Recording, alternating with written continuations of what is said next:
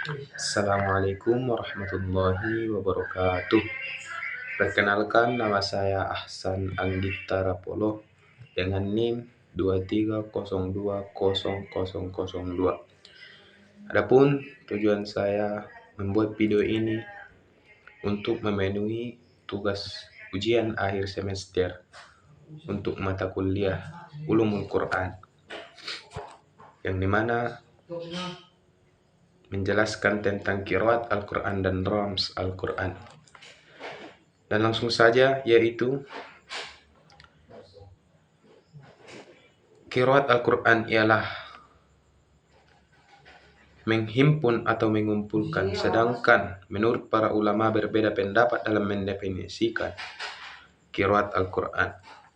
Yang pertama, menurut Abdul Fattah Qadi, qiraat yaitu ilmu yang membahas tentang tata cara pengucapan kalimat-kalimat Al-Quran, yang dimana cara pelaksanaannya baik yang disepakati maupun yang terjadi perbedaan dengan melibatkan setiap wajahnya pada seorang imam. Dan yang kedua, pendapat yang kedua menurut para ulama, yaitu menurut Al-Zarqani, qiraat ini ialah salah satu sistem atau aturan yang dipakai oleh salah satu imam qiraat yang berbeda dengan lainnya dalam hal membaca Al-Quran. Dan pendapat yang ketiga yaitu pendapat Ali As-Sabuni, yaitu menurut beliau qiraat ialah salah satu cara mengucapkan Al-Quran yang dipakai oleh salah satu imam qurra dan berbeda dari lainnya dalam hal membaca Al-Quran, di mana qiraat ini berdasar sanad yang tidak terputus sampai Rasulullah Shallallahu Alaihi Wasallam. Dengan ini dapat disimpulkan bahwa qiraat adalah salah satu metode atau cara membaca Al-Quran yang diriwayatkan oleh salah satu imam qurra, yang sanadnya terus bersambung hingga Rasulullah Shallallahu Alaihi Wasallam. Latar belakang terjadinya qiraat Al-Quran. Latar belakang qiraat Al-Quran dibagi menjadi dua. Yang pertama, latar belakang secara historis. Qiraat sebenarnya muncul semenjak masa Nabi, walaupun tentu saja pada saat itu qiraat bukan merupakan sebuah disiplin ilmu. Dalam suatu riwayat, Umar bin Khattab berbeda pendapat dengan Himsah bin Hisam ketika membaca ayat Al-Quran, yang dimana menurut Umar bacaan Hisam tidak benar dan bertentangan dengan yang diajarkan Nabi. Namun Hisam menegaskan bahwa bacaannya itu berasal dari Nabi. Setelah itu Hisam diajak oleh Umar melapor pada Nabi terkait peristiwa tersebut. Nabi menyuruh Hisam mengulangi bacaannya, tapi kemudian Nabi bersabda, "Memang begitulah Al-Quran diturunkan. Sesungguhnya Al-Quran ini diturunkan dalam 7 huruf, maka bacalah oleh kalian apa yang kalian anggap mudah." Dan latar belakang yang kedua, yang dimana qiraat ini menurut analisis dari Syekh Ahmad Khalil, perbedaan qiraat ini bermula dari cara seorang guru membacaan qiraat kepada murid-muridnya. Beberapa ulama mencoba menerangkan bentuk-bentuk perbedaan dan cara melafalkan Al-Quran ini sebagai berikut. Yang pertama, perbedaan dalam iqrab atau harkat kalimat tanpa perubahan makna dan bentuk kalimat tersebut. Dan yang kedua, perbedaan pada iqrab dan harkat kalimat sehingga merubah maknanya.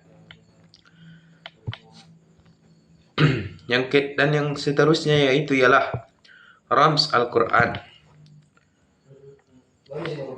Adapun pengertian rams Al-Quran ini ialah secara etimologi berasal dari kata rasama yarsamu rasman, yang berarti menggambarkan atau melukis atau bias, atau biasa diartikan sebagai sesuatu yang resmi atau sesuai dengan aturan.